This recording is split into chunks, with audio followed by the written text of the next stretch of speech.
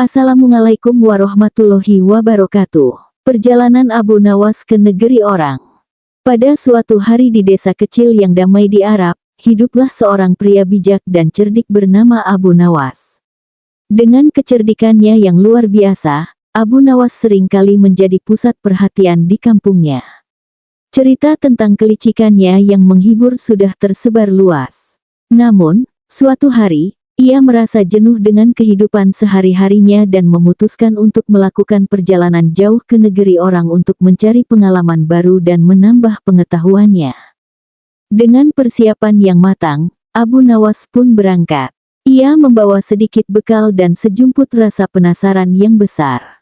Perjalanan pertamanya adalah menuju kota Basra, sebuah kota pelabuhan yang terkenal dengan kemegahannya.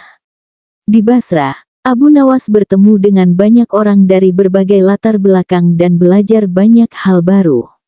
Namun, Basra hanyalah awal dari perjalanannya. Setelah beberapa hari di Basra, Abu Nawas melanjutkan perjalanannya menuju Persia. Di sana, ia tiba di kota Isfahan yang indah. Isfahan dikenal dengan arsitektur megah dan pasar yang ramai. Abu Nawas yang cerdik segera melihat peluang di pasar tersebut. Ia memperhatikan bahwa ada seorang pedagang kaya yang selalu kelihatan khawatir dan cemas. Setelah menyelidiki, Abu Nawas mengetahui bahwa pedagang tersebut sering kehilangan uang tanpa sebab yang jelas. Dengan kecerdikannya, Abu Nawas menawarkan diri untuk membantu sang pedagang. Pedagang itu pun setuju dan Abu Nawas mulai memperhatikan segala kegiatan di sekitar toko tersebut. Suatu malam, ia menyamar dan bersembunyi di toko. Benar saja, menjelang tengah malam, muncul seorang pencuri yang ternyata adalah salah satu karyawan sang pedagang. Abu Nawas dengan sigap menangkap pencuri tersebut dan menyerahkannya kepada pedagang kaya. Sebagai tanda terima kasih, pedagang itu memberikan Abu Nawas sejumlah uang yang cukup besar. Dari Isfahan, Abu Nawas melanjutkan perjalanannya menuju India. Perjalanan yang panjang dan penuh tantangan melewati padang pasir yang luas dan pegunungan yang tinggi tidak membuat semangatnya surut. Setibanya di India, ia kagum melihat keindahan alam dan keanekaragaman budaya yang ada di sana. Ia menetap sementara di sebuah desa kecil dan berteman dengan penduduk setempat. Di sana, ia belajar banyak tentang kearifan lokal dan kebudayaan India. Pada suatu hari, desa tempat Abu Nawas tinggal didatangi oleh seekor gajah liar yang sering merusak ladang penduduk. Abu Nawas dengan kecerdasannya merancang jebakan yang akhirnya berhasil menangkap gajah tersebut tanpa melukainya. Penduduk desa sangat berterima kasih dan menganggap Abu Nawas sebagai pahlawan. Perjalanan Abu Nawas belum berakhir di situ. Ia mendengar kabar tentang negeri China yang penuh dengan keajaiban dan kekayaan ilmu pengetahuan. Dengan semangat yang sama, ia melanjutkan perjalanannya ke negeri China. Di sana, ia belajar tentang ilmu pengobatan tradisional, seni bela diri, dan filsafat. Ia bahkan sempat bertemu dengan seorang tabib terkenal yang mengajarinya tentang ramuan-ramuan herbal. Setelah beberapa tahun berkelana, Abu Nawas merasa bahwa waktunya telah tiba untuk kembali ke kampung halamannya. Dengan segala pengetahuan dan pengalaman yang ia peroleh, ia merasa siap untuk membagikan ilmu tersebut kepada penduduk kampungnya. Perjalanan pulang pun tidak kalah menantang, namun Abu Nawas selalu berhasil mengatasi setiap rintangan dengan kecerdikannya. Sesampainya di kampung halaman, Abu Nawas disambut dengan sukacita oleh penduduk desa. Mereka sangat kagum dengan cerita-cerita perjalanan Abu Nawas dan ilmu yang ia bawa pulang. Dengan kerendahan hati, Abu Nawas membagikan pengetahuannya kepada semua orang dan membantu mereka dengan kebijaksanaannya. Sejak saat itu, nama Abu Nawas tidak hanya dikenal di desanya sendiri, tetapi juga di negeri-negeri yang pernah ia kunjungi.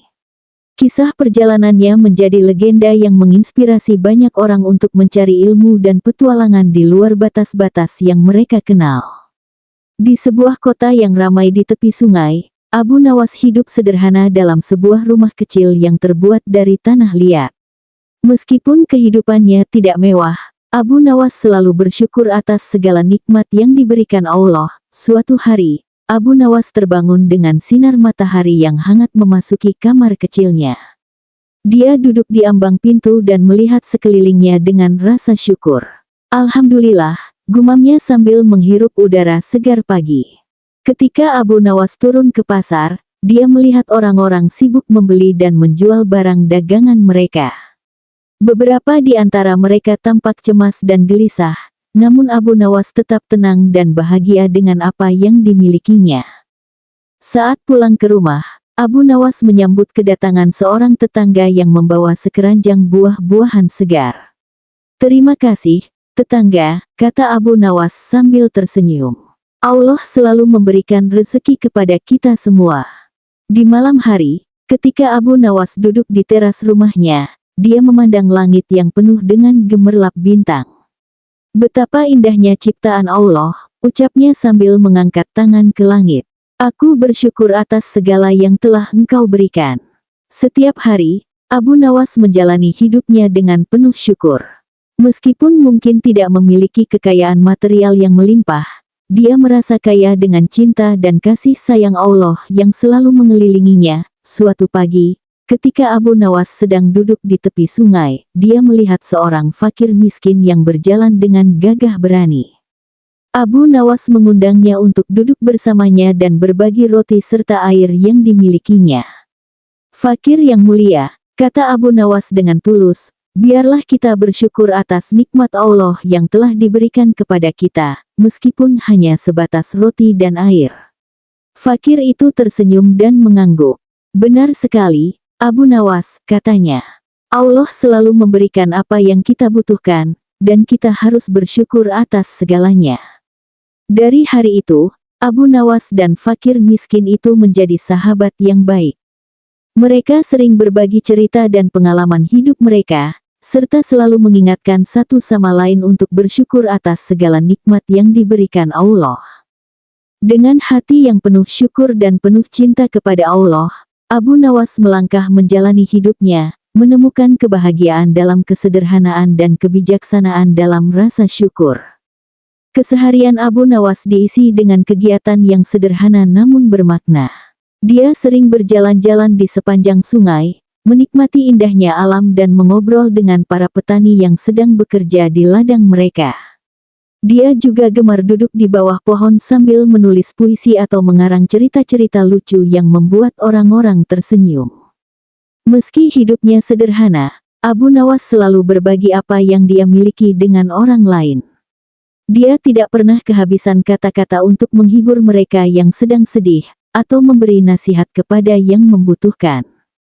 Kejujuran, kebijaksanaan, dan kebaikan hati Abu Nawas membuatnya dicintai oleh seluruh desa. Walaupun begitu, tidak semua orang memahami keunikan Abu Nawas. Beberapa orang dari kota-kota besar sering datang untuk mencari kekayaan dan kekuasaan di desa itu. Mereka meremehkan Abu Nawas karena hidupnya yang sederhana. Namun, mereka selalu terkejut saat melihat betapa bijaksananya Abu Nawas dalam menyelesaikan masalah dan betapa berlimpahnya kebahagiaan yang dimilikinya. Hingga suatu hari, ketika desa itu dihadapkan pada masalah besar yang mengancam keberlangsungan hidup mereka. Sungai Efrat yang selama ini menjadi sumber kehidupan, kering karena musim kemarau yang panjang. Tanaman layu, hewan-hewan kekurangan air, dan penduduk desa menderita karena kekurangan makanan dan air bersih. Orang-orang desa panik, mencari solusi tanpa hasil. Namun, Abu Nawas tetap tenang dan penuh keyakinan. Dengan saran sederhana namun cerdasnya, dia mengajak seluruh penduduk desa untuk bekerja sama dalam mencari solusi. Mereka bersama-sama menggali sumur-sumur dangkal di tepi sungai, mencari mata air yang masih tersisa di sekitar desa, dan menggunakan air dengan bijak. Berkat kerja keras dan kepemimpinan Abu Nawas, desa itu berhasil melewati masa-masa sulit itu. Sungai Efrat pun akhirnya kembali mengalir dengan derasnya, dan kehidupan pun kembali normal. Kegigihan dan kebijaksanaan Abu Nawas dalam menghadapi masalah dengan sederhana membuktikan bahwa kebahagiaan sejati tidak selalu tergantung pada kekayaan materi. Dan Abu Nawas terus hidup dalam kesederhanaan, menjadi teladan bagi banyak orang tentang arti sejati dari kebahagiaan. Semoga bermanfaat. Wassalamualaikum warahmatullahi wabarakatuh.